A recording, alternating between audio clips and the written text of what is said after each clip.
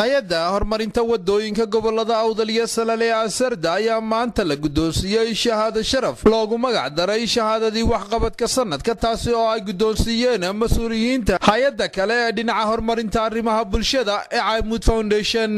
Gudoomiyaha Amoud Foundation oo ugu horeyn halkaasi ka hadlay ayaa ka warramay waxa ay hay-adda Asarda ku mutaysatay abaalmarintan. Annagu ilaa 13 sanadood u dambeysay waan bixinay awoodka walaalaha sanad walba qof wax qabtay oo muuqda oo dadkiisa wax ku soo biiriyay shahaadadan siina abaalgudka Amoud Foundation ay bixiso sanad walba maray bixiso baan waxaan ugu talagalnay inaan siino ururka Asarda.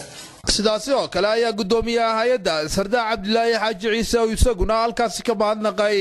Amoud Foundation dadkii qaarada siiyay ugu horeeyay ka mid ahayd maantana awareness bay noogu dareen يعني والله عظيمات ويرس كنا وحكي تسويا سي نقطة هي إن شاء الله تعالى وحي نقول قلنا سانة جديد حوجة وحي سبيل كيجي كل نيسان سان حوجة شقين. بروفيسور سليمان أحمد جوليد أيها يسوون على الكاتسكات لا وحنا وسط كحريقي. مركا هذه البرنامج كي كبيرنا يا إن أزرد كنتكو بوجاديو خوشة روقتين العالم كي البحر كبير إلى حد ما أنت عدليه ودحيس وحوين غفرت أنت السنة إن شاء الله ويسمعين أنت ما ويسمعين طبعا إن شاء الله. سكفتها هاتي ما دشان لجو قدوسية شهادة شرف كهيدا أسردا أيها وحكلا جوب شو كها جناح ستدا حبنا بورد كأسردا يمرت شرف كله عبد العلي يوسف